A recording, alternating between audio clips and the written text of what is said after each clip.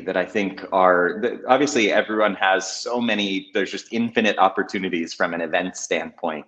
And so where you spend your dollars, whether sponsorship dollars or attendance registration type dollars, you just have limited time. And so looking out at the event landscape, if you're trying to decide, why do I go to Young Health Leader Summit?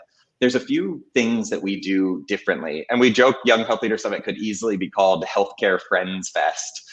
We've just been so fortunate to attract incredible friends across the spectrum of ages and backgrounds and parts of the healthcare ecosystem.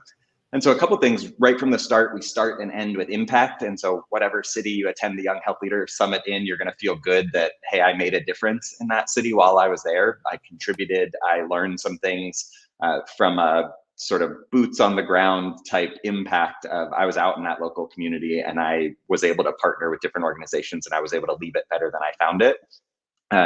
That's one. Another one I think I've mentioned this before, is just we're really intentional about that setting. It's very different if you're sitting in your nicest suit or your nicest dress and you have this formal name badge with all these ribbons on it and you're sitting across from the chief medical officer of a big health system. Your interaction is just different than if you're sitting in an art gallery in shorts and a t-shirt and summertime and hanging out and talking like peers. And so that's where we've really chosen inspiring spaces. And so we have rented art galleries, we've gone to baseball stadiums, we've gone to really cool Airbnb type places. And so the setting really matters just from an energy level standpoint and from a inspiration standpoint. And then even on name badges. So our name badges, we leave blank. And so you register, you pick up your name badge and you write whatever you want on it. And that's actually been incredible.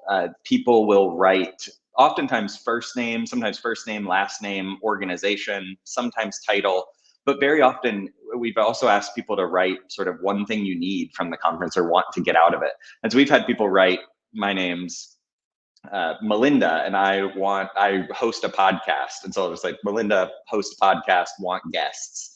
And that changes the dynamic and the interaction. You may not know she's the chief medical officer of some big organization.